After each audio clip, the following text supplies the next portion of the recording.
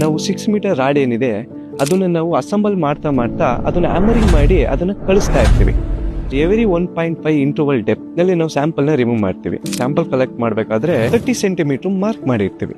So ಆ mark ಅಲ್ಲಿ ಏನ್ ಮಾಡಿರ್ತೀವಿ ಅಂದ್ರೆ ಆ ಒಂದು 30 ಸೆಂಟಿಮೀಟರ್ ಒಳಗಡೆ ಡಿಗ್ ಆಗೋದಕ್ಕೆ ನಂಬರ್ ಆಫ್ ಬ್ಲೋ ಏನ್ ಆಗ್ತಾ ಇದೆ ಅನ್ನೋದನ್ನ ಕೌಂಟ್ ಮಾಡ್ತೀವಿ. ಅದನ್ನ ಎನ್ ವ್ಯಾಲ್ಯೂಸ್ ಅಂತ ಕರೀತಾರೆ.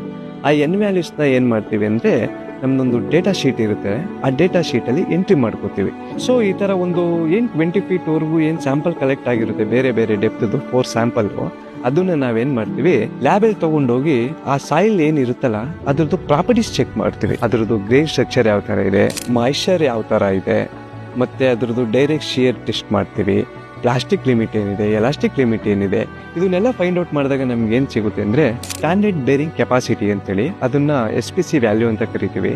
ಆ ಒಂದು SPC ವ್ಯಾಲ್ಯೂ ಏನ್ ಸಿಗುತ್ತೆ ನಮ್ಗೆ ಆಫ್ಟರ್ ಲ್ಯಾಬ್ ಟೆಸ್ಟಿಂಗು, ಅದನ್ನ ನಾವೇನ್ ಮಾಡ್ತೀವಿ ಅಂದ್ರೆ ರಿಪೋರ್ಟ್ ಅಲ್ಲಿ ನಾವು ಮೆನ್ಷನ್ ಮಾಡಿ ಕೊಡ್ತೀವಿ. ಸೊ ಆ ಒಂದು ರಿಪೋರ್ಟ್ ನ ಆರ್ಕಿಟೆಕ್ಟು ಅಬ್ಸರ್ವ್ ಮಾಡಿ ಅನಾಲಿಸಿಸ್ ಮಾಡಿದ್ರೆ ಅವಾಗ ಅವರಿಗೆ ಯಾವ ತರ ಫೌಂಡೇಶನ್ ಸೂಟೇಬಲ್ ಇರುತ್ತೆ, ಯಾವ ತರ ನಾವು ಲೋಡ್ ಕೊಟ್ಕೋಬೇಕು ಅನ್ನೋ ಒಂದು ಸ್ಟ್ರಕ್ಚರ್ ಪ್ಲಾನು ಅವರಿಗೆ ಒಂದು ಐಡಿಯಾ ಬರುತ್ತೆ. ಸೊ ಈ ಒಂದು ಪರ್ಪಸ್ಗೋಸ್ಕರ ಒಂದು ಸಾಯಿಲ್ ಟೆಸ್ಟ್ ಸಹ ಮಾಡಿಸ್ಬೇಕಾಗಿರುತ್ತೆ.